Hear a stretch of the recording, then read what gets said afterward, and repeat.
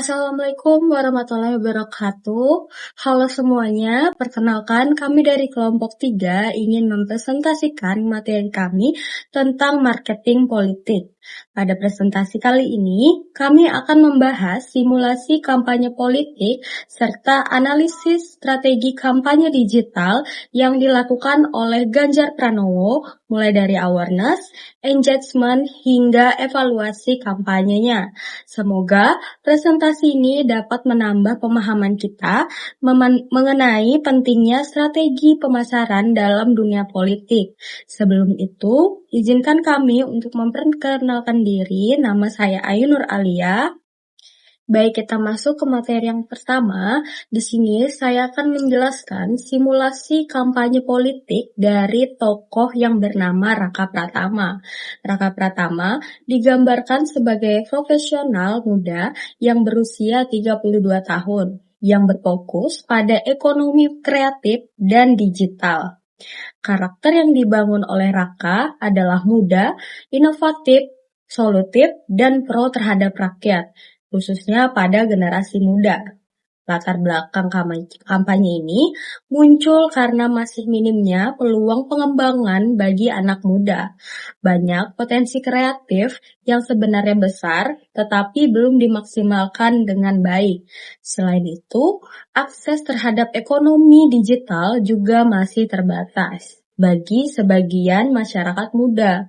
Karena itu, target memilih yang dipilih adalah usia 18 sampai 25 tahun seperti mahasiswa, fresh graduate, dan kreator muda yang aktif menggunakan media sosial seperti TikTok dan Instagram. Melalui kampanye ini, Raka Pratama menunjukkan bahwa anak muda tidak hanya membutuhkan janji politik, tetapi membutuhkan peluang nyata untuk berkembang. Baik, kita masuk ke strategi kampanye yang dilakukan oleh Raka Pratama. Positioning yang dibangun adalah sebagai pemimpin muda, pembuka peluang, dan penggerak kreativitas.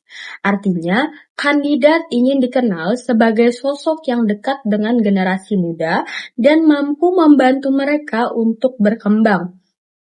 Pesan utama kampanye adalah anak muda butuh peluang, bukan janji. Masalah itu diangkat karena kurangnya kesempatan bagi anak muda untuk berkembang. Kemudian, solusi yang ditawarkan berupa program kreatif dan pengembangan digital. Harapannya, generasi muda bisa menjadi lebih produktif, mandiri, dan mampu bersaing di era digital. Dalam implementasinya, kampanye dilakukan melalui posting rutin di media sosial, kolaborasi dengan influencer, serta live interaksi agar lebih dekat dengan masyarakat. Media yang digunakan fokus pada TikTok dan Instagram karena platform tersebut paling banyak digunakan oleh target pemilih muda. Kontennya bisa berupa storytelling, inspiratif, edukatif, motivasi, dan juga poster kampanye. Baik, kita masuk ke slide yang ketiga, yaitu program dan evaluasi. Program pertama adalah pelatihan ekonomi kreatif untuk membangun anak muda mengembangkan ide usaha dan kreativitas mereka. Program kedua yaitu pengembangan skill digital agar generasi muda memiliki kemampuan yang sesuai dengan kebutuhan zaman sekarang.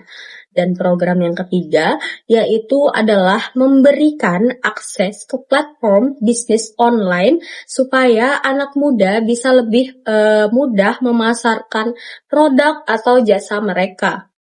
Makna dari seluruh program ini adalah membuka peluang nyata bagi generasi muda bukan sekedar memberikan janji politik saat kampanye saja.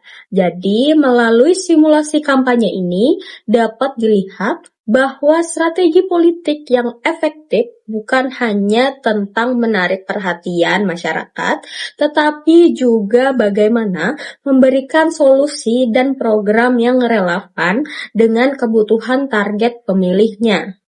Baik, itu tadi pembahasan mengenai simulasi kampanye politik dan strategi yang digunakan dalam membangun citra kandidat.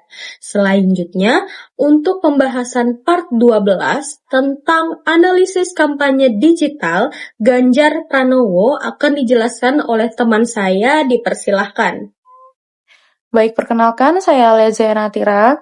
Di sini saya akan menjelaskan materi mengenai latar belakang. Pada era digital saat ini, kampanye politik berkembang sangat pesat melalui media sosial. Platform digital menjadi sarana yang sangat penting dalam membangun citra kandidat dan menjangkau masyarakat secara lebih luas. Dalam hal ini, Ganjar Pranowo termasuk tokoh politik yang aktif menggunakan media sosial untuk berinteraksi dengan masyarakat dan menyampaikan pesan kampanyenya. Oleh karena itu, kampanye Ganjar Pranowo menarik nih untuk dianalisis guna untuk mengetahui keberhasilan strategi kampanye politik yang digunakan. Tujuan dari analisis ini adalah untuk mengetahui keberhasilan kampanye politik Ganjar Pranowo melalui media sosial dan komunikasi publik. Selain itu, analisis ini juga bertujuan untuk menilai indikator kampanye politik seperti awareness, engagement, elektabilitas, sentimen publik, dan konvensi dukungan. Melalui analisis ini, kita dapat mengetahui kekuatan serta kelemahan dari strategi kampanye yang digunakan. Berikutnya adalah data kampanye yang kita gunakan. Data kampanye yang kita gunakan dalam analisis ini itu berasal dari media sosial Instagram Ganjar Pranowo, berita online, serta data survei elektabilitas. Berdasarkan salah satu postingan Instagram Ganjar Pranowo diperoleh sekitar 52,9 ribu like, 1073 komentar, dan 2.283 share. Selain itu, berdasarkan hasil survei, Ganjar Pranowo memperoleh elektabilitas sebesar 31,4%, yang di mana data tersebut menunjukkan bahwa kampanye Ganjar memiliki jangkauan dan interaksi yang cukup tinggi di media digital. Perkenalkan, saya Felisa Ananda Putri dengan NIM 2465222001. Selanjutnya, saya akan menjelaskan mengenai data awareness. Awareness atau tingkat dikenal masyarakat, Ganjar memiliki awareness yang tinggi karena sering muncul di sosial media dan sering muncul di berita nasional. Jumlah followers yang banyak juga membuat beliau lebih dikenali masyarakat. Selanjutnya yaitu engagement atau interaksi publik. Konten Pak Ganjar ini banyak mendapatkan like, komentar, dan share. Hal ini karena gaya kontennya itu santai, dekat dengan masyarakat, dan relate dengan anak muda. Karena interaksinya yang tinggi, engagement kampanyenya bisa dibilang berhasil. Berdasarkan survei, Ganjar memperoleh elektabilitas sebesar 31,4% dan berada di posisi kedua. Hal ini menunjukkan kalau dukungan masyarakat terhadap Ganjar itu sangat kuat, walaupun masih berada di bawah Prabowo. Untuk sentimen publik, banyak masyarakat yang melihat Ganjar sebagai sosok yang sederhana dan dekat dengan masyarakat. Tapi juga ada kritik yang mengatakan kalau kampanyenya ini terlalu fokus ke pencitraan dan kurangnya menjelaskan program secara detail. Meskipun awareness dan engagement yang tinggi, belum semua interaksi di media sosial berubah menjadi dukungan yang nyata. Artinya, popularitas digital belum tentu langsung menghasilkan suara saat pemilu. Perkenalkan, saya Feby Aurelia Pamela. Di sini saya akan menjelaskan materi terkait insight utama. Yang pertama, ada media sosial menjadi kekuatan utama. Jadi, kampanye Ganjar banyak memanfaatkan media sosial seperti Instagram, TikTok, dan YouTube untuk menjangkau masyarakat secara cepat dan luas. Dan juga platform digital membantu penyebaran informasi kampanye lebih efektif dibanding cara konvensional. Dan yang kedua, branding merakyat cukup efektif. Ganjar membangun citra sebagai pemimpin yang dekat dengan masyarakat melalui aktivitas sederhana, interaksi langsung, dan gaya komunikasi santai. Strategi ini membuat masyarakat merasa lebih dekat dan mudah mengenali karakter kandidat. Dan yang ketiga, menarik perhatian anak muda. Konten yang ringan, interaktif, dan mengikuti tren media sosial membuat kampanye lebih mudah diterima generasi muda. Anak muda juga menjadi kelompok yang aktif, memberikan like, komentar, dan share terhadap konten kampanye. Yang keempat, ada popularitas digital tinggi. Tingginya jumlah interaksi menunjukkan bahwa Ganjar memiliki eksposur digital yang besar. Nama dan aktivitasnya sering muncul di media sosial maupun berita online sehingga tingkat popularitasnya meningkat. Materi selanjutnya, ada kesalahan kampanye. Yang pertama, fokus pada personal branding. Jadi, kampanye lebih banyak menampilkan kepribadian dan citra Ganjar dibanding pembahasan program kerja secara rinci. Hal ini membuat masyarakat lebih mengenal sosoknya daripada visi dan kebijakan yang ditawarkan. 2, ada konten hiburan dominan. Banyak konten dibuat dengan konsep santai dan hiburan agar menarik perhatian publik. Namun, terlalu banyak konten hiburan dapat mengurangi kesan serius dalam kampanye politik. Dan yang ketiga, kurang menjelaskan program kerja. Sebagian masyarakat menilai program kerja yang ditawarkan belum dijelaskan secara detail. Akibatnya, pemilih masih merasa kurang memahami solusi nyata yang akan diberikan. Dan materi selanjutnya ada rekomendasi. Yang pertama, memperjelas program kerja.